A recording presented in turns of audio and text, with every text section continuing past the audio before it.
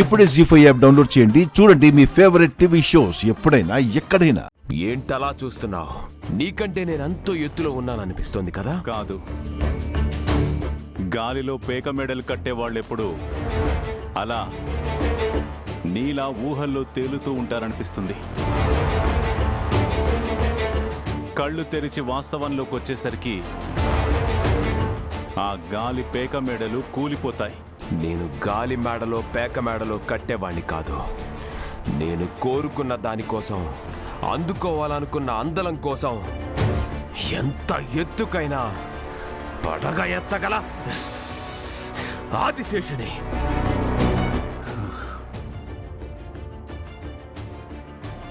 లోక్, మీరంతా నా ముందు చిన్న చీమల్లా ఉన్నారు.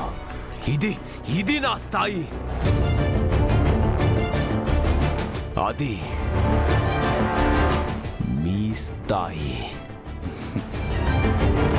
హలో,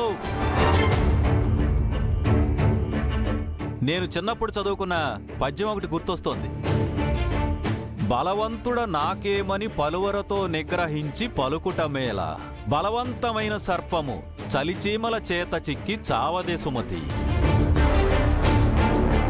సో మన బలాన్ని చూసి ఎప్పుడు విర్రవీగిపోకూడదు. పరిస్థితులు ఎప్పుడు ఒకేలా ఉండవు. ఎగ్జాక్ట్ గా నేను కూడా నీకు అదే చెప్తావు అనుకున్నా. ఈ వర్కర్స్ అందరూ నీతో ఉన్నారని ఏదో ఛాలెంజ్ చేశావు. ఓడిపోతావు. నా ధైర్యం నేనే అజయ్.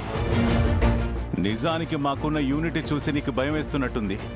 అందుకే మేకపోతు గాంభీర్యం ప్రదర్శిస్తున్నావు. భయపడకు. ఈ కంపెనీని మేం దక్కించుకున్నా సరే నిన్ను వెళ్ళగొట్టాం. నెవర్. ఈ అజయ్కి భయం అంటే ఏంటో తెలీదు. I'll never look down.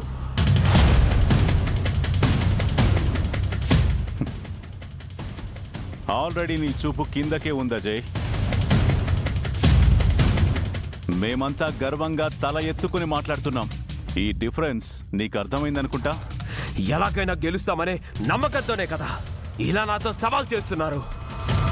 నేనెప్పటికీ మిమ్మల్ని గెలవనివ్వను. నువ్వెప్పుడు రామాయణం వినుండవజయ్. హనుమంతుడు లంకలోకి ప్రవేశించకుండా ఒక రాక్షస అడ్డుకుంది. ఎంత ప్రయత్నించినా ఆయన్ని అడ్డుకోలేకపోయింది. చివరికి ఏకంగా మింగేసింది కూడా. కానీ హనుమాన్ ఊరుకుంటాడా? ఆ రాక్షసిని చీల్చుకుని మరి బయటికొచ్చాడు. సీతమ్మను కలవాలని, శ్రీరాముడి బాధ తీర్చాలనే సంకల్పం హనుమాన్ది.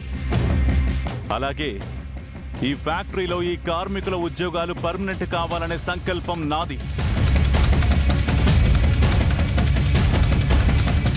ఎన్ని అడ్డంకులొచ్చినా నా సంకల్పం నెరవేరుతుంది.